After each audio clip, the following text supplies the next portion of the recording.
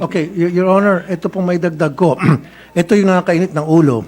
Kasi nga po, yung pong mga isda na pampano at pink salmon na itinitinda sa mga high-end tulad ng hotel at restaurant, hindi na po pala kailangan ng permit. Yung pong isiningit nila.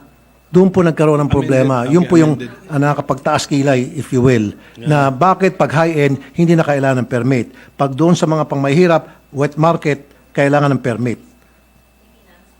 Parang panggigipit po ito sa mga maliit nating kababayan. Well, kung tutuusin, baka nga may mas malalim na laro rito, Mr. President. Pera, Your Honor? Baka nga, baka labanan na ito ng importer siguro, Mr. President. Kasi tapos collateral damage na lang po yung mga mamimili natin sa wet market. Kasi kung tutuusin, punta tayo sa wet market. Kahit ilagay mo si salmon dyan, imported, andyan si pampano, imported, may fish na hindi imported, may fish din na ibang imported, pero lower end siya compared sa pampano at saka sa salmon. Actually, market forces na yun eh. Yung bibili ng, sabi, ano ba yung nasa sa loob ng budget ko eh. Doon siya, yun ang pipiliin niya. Kahit available si pampano, pero kung beyond the budget na po nung mamimili yun, bibili siya ng ibang isda na mas pasok sa budget niya, whether locally produced man or imported. Pero sa budget na po yun. So, parang sa market forces pa lang,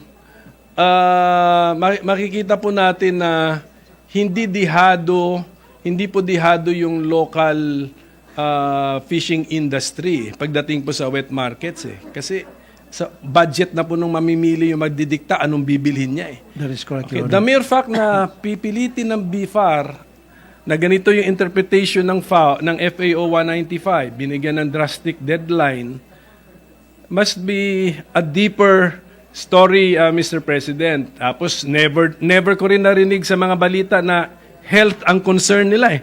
Hindi ko naman narinig yun na kalusugan ng mamimili binabantayan namin, kaya binaban namin yung dalawang isda. Wala akong narinig na gano'n eh.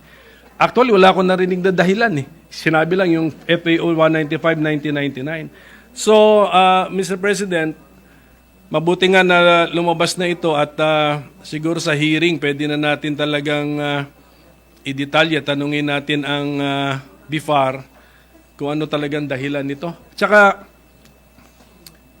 year 2022 na po ngayon, 1999 is 23 years ago. Maybe I don't know if you agree with me, the world has changed. I mean, the facts on the ground have changed. I mean, it's time to review an ancient document like FAO 195. To be in diba? tune with the time, Your Honor. Yes, so kasi yun na nga po, magiging very questionable po talaga kung ganito po ang interpretation. Tapos, Mr. President, ako po yung nagtyaga talaga nung hearing ng Department of Agriculture sa subcommittee sa budget eh. Napakalawak talaga ng Department of Agriculture, kaya tuloy kahit yung BFAR, dapat binibigyan ng oras, out of fatigue, pagod ka na, o naka 8 hours na kayo sa dami ng topic sa agriculture, kaya tuloy medyo hindi natin natatanong ng extensively o ng karapat-dapat na katanungan ang BFAR. Siguro, one possible overhauling of the system, pinag-usapan namin ni Senator Risa ito, our Deputy Minority Leader, siguro yung BFAR, ihiwalay na natin sa DA para makakonsentrate din tayo sa DFAR. Maybe the proposal of Senator Ontiveros, if I will be allowed to announce it, is the Department of Oceans, Fisheries, and Aquatic Resources. Okay, so para nakafocus din po tayo doon sa kanila. Pagdating ng budget hearing, focus na tayo sa kanila. Di lahat lahat ng mga FAO nila, other administrative orders nila, mahihimay na po natin kasi solely dedicated na po yan sa ating fisheries and aquatic resources. So maybe this is one idea which we can also pursue. At i-discuss na lang po siguro yun sa committee hearing on this privilege speech. Tama kayo, Your Honor. I totally agree. Sige po. So, salamat po sa panahon na binigay sa akin.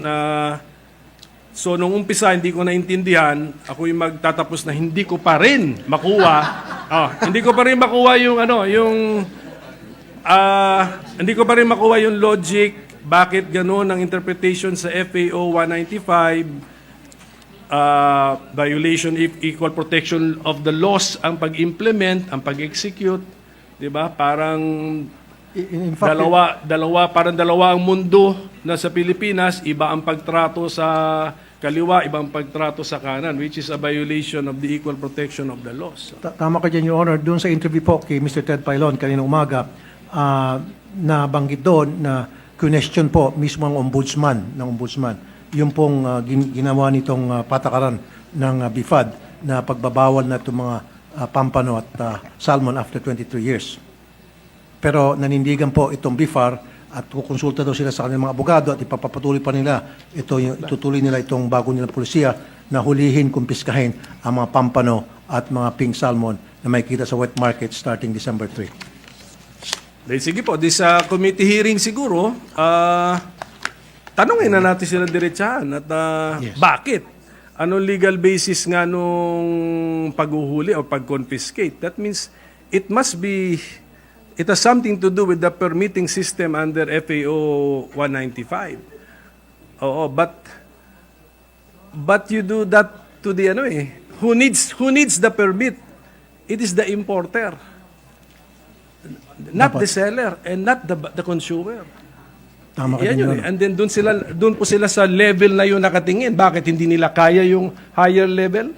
At the level of the importer? Dito sila at the level of the consumers and the retail, the vendor.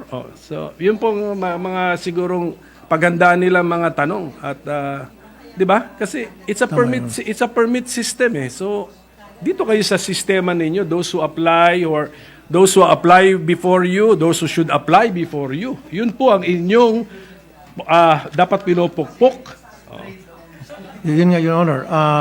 Para doon sa mga high-end nga, sabi kanina, sa mga restaurant, sa mga hotel, hindi na kailangan ng permit. Lalo pa. Hindi na kailangan ng permit makukuha sa BIFAR para makapag-import nito mga isda na ito at itinda doon.